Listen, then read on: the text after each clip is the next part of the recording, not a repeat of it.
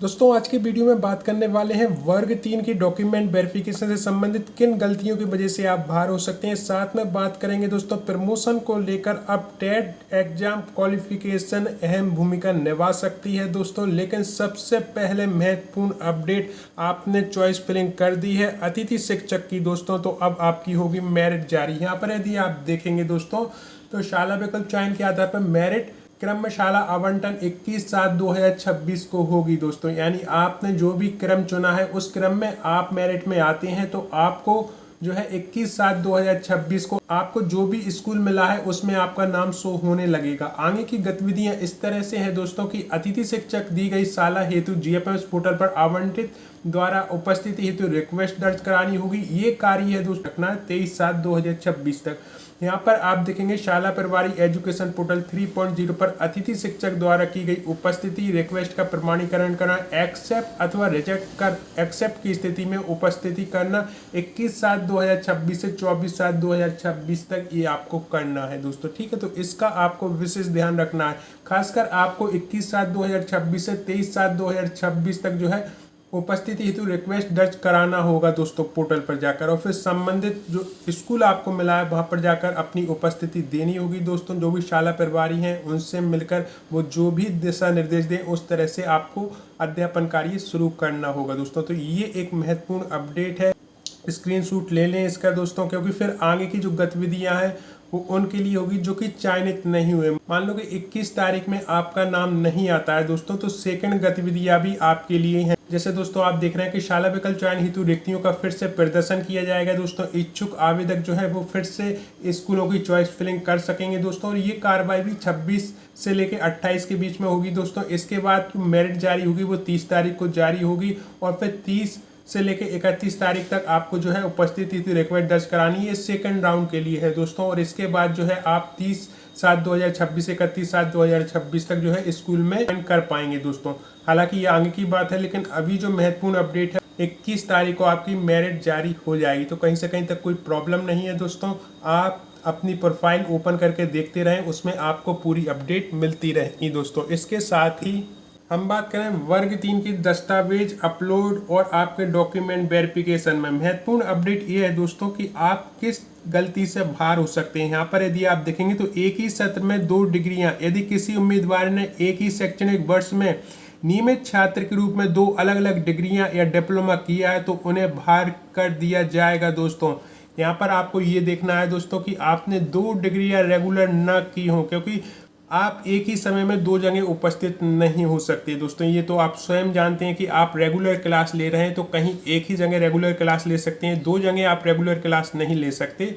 यहाँ पर दोस्तों प्रावधान ये है कि एक रेगुलर और एक प्राइवेट या डिस्टेंस कोर्स मान्य होगा दोस्तों। एक डिग्री आपने प्राइवेट की है और एक रेगुलर की है वो मान्य हो जाएगी, उसमें कहीं से कहीं तक कोई भी दिक्कत नहीं है दोस्तों। दूसरा जो पॉइंट है वो बहुत महत्वपूर्ण है, आपको यहाँ पर ध्यान देना है कि कट ऑफ तिथि के बाद की योग्यता परीक्षा नियम पुस्तिका में दी गई है कि अंतिम तिथि के बाद यदि किसी का रिजल्ट आया या योग्यता पूरी हुई तो वे अमान्य होगी दोस्तों। आपके जो आवेदन हुए हैं दोस्तों उसके बाद यदि आपका रिजल्ट आ रहा है, आप अपनी योग्यता पूरी करते हैं तो वो योग्यता अमान्य मानी जाएगी दोस्तों। आवेदन से पहले आपके पास समस्त योग्यता होनी चाहिए दोस्तों, तो ये एक महत्वपूर्ण नियम है। आगे देखें, त्रुटिपूर्ण जाति अथवा मूल निवासी प्रमाण पत्र, डिजिटल प्रमाण पत्र न होना या पुराना अस्पष्ट प्रमाण पत्र होना, दस्तावेज के नाम में अंतर, 10वीं 12वीं और डिप्लोमा के नाम की स्पेलिंग में बड़ा अंतर होना और उसकी वैधता शपथ पत्र न होना दोस्तों, ये एक बड़ा कारण बन सकता है। मान लो कि आपकी 10वीं की अंक सूची में अलग नाम है और 12वीं की अंक सूची में अलग नाम है, या आप अस्पष्ट नाम है, या आपका जो मूल निवासी प्रमाण पत्र है वो अस्पष्ट है, उसमें बहुत सारी गलतियां हैं और आपने इस संबंध में कोई शपथ पत्र भी नहीं बनवाया है तो आप बाहर कर दिए जाओगे दोस्तों। ये आपको विशेष ध्यान रखना है कि यदि ऐसी कोई स्पेलिंग मिस्टेक है तो एक शपथ पत्र बनवा कर जरूर ले जाएं दोस्तों, फिर आप बाहर नहीं होंगे। लेकिन यदि आप शपथ पत्र नहीं बनवाते हैं और ये मिस्टेक आपकी जो है प्रमाण पत्रों में है तो आपको बाहर कर दिया जाएगा दोस्तों। इसके साथ साथ सत्यापन केंद्रों पर उन सभी दस्तावेजों की मूल प्रति ले जानी होगी जो अपलोड की गई है। प्राथमिक शिक्षक की सभी अंक सूची, डीएलएड की सभी सेमेस्टर वर्षों की अंक सूची, अगर आरक्षण लागू है तो जाति व आय प्रमाण पत्र, विकलांग प्रमाण पत्र आदि ले जाना अनिवार्य है दोस्तों। यहाँ पर आप देखोगे तो दस्तावेज के जांच के बाद अभ्यर्थी को स्कूल का आवंटन होगा। इसके बाद उन्हें नियुक्ति पत्र जारी किए जाएंगे। 21 जुलाई के बाद ही ये प्रक्रिया आगे बढ़ेगी। इसमें कितना समय लगेगा ये अभी तय नहीं है दोस्तों। स्कूल शिक्षा विभाग ने इसके लिए कोई समय सीमा तय नहीं की है। हो सकता है कि शिक्षकों को नियुक्ति पत्र के लिए लंबा इंतजार करना पड़ जाए।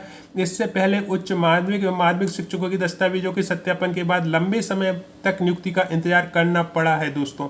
तो ये आपके पहले डॉक्यूमेंट वेरिफिकेशन हो जाए दोस्तों, फिर उसके बाद जो है आपको स्कूल अलॉट होगा दोस्तों, और फिर आपकी ज्वाइनिंग की प्रक्रिया शुरू होगी। तो खास बात यह है दोस्तों कि यहाँ पर 4 दिन में दस्तावेज अपलोड कर जाँच करनी होगी। चूंकि तो सीधे बाहर हो जाएंगे दोस्तों।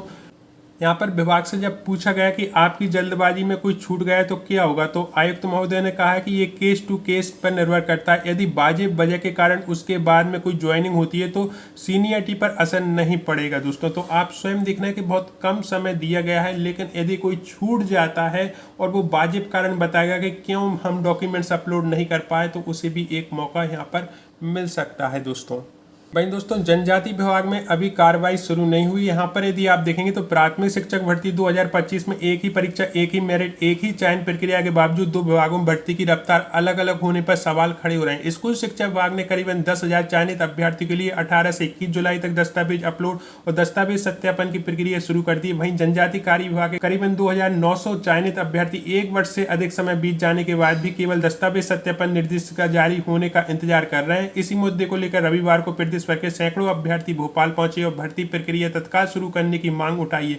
इन अभ्यर्थियों का कहना है कि जब चयन सूची और परीक्षा दोनों समान है तो भर्ती प्रक्रिया में इतना बड़ा अंतर कैसे। उनका आरोप है कि प्रशासनिक स्तर पर हो रही देरी के कारण हजारों युवक का भविष्य अधर में लटक गया है। कई अभ्यर्थी रोजगार छोड़कर नियुक्ति की प्रतीक्षा कर रहे हैं, जिससे कि आर्थिक संकट के साथ मानसिक और सामाजिक दबाव भी लगातार बढ़ रहा है। अब दोस्तों, जैसे आप देख रहे हैं शिक्षकों के प्रमोशन का नया फार्मूला, पहले होगी डीपीसी, लेकिन टेट पास करने पर ही पदोन्नति। दोस्तों यहाँ पर आप देखेंगे 1998-2009 के बीच भर्ती हुई करीबन 1.5 लाख शिक्षक इससे प्रभावित होंगे दोस्तों। मध्य प्रदेश में सरकारी शिक्षकों के लिए प्रमोशन का नया फार्मूला तय हो गया है। सुप्रीम कोर्ट के आदेश के अनुपालन में स्कूल शिक्षा विभाग पदोन्नति प्रक्रिया को आगे बढ़ाने की तैयारी कर रहा है। नए फार्मूले के तहत विभागीय पदोन्नति समिति डीपीसी पहले होगी, लेकिन शिक्षकों के पदोन्नति का वास्तविक लाभ शिक्षक पात्रता परीक्षा टेट उत्तीर्ण करने के बाद ही मिलेगा दोस्तों। यहाँ पर आपको यदि प्रमोशन चाहिए तब भी आपको टेट पास करना अनिवार्य है दोस्तों।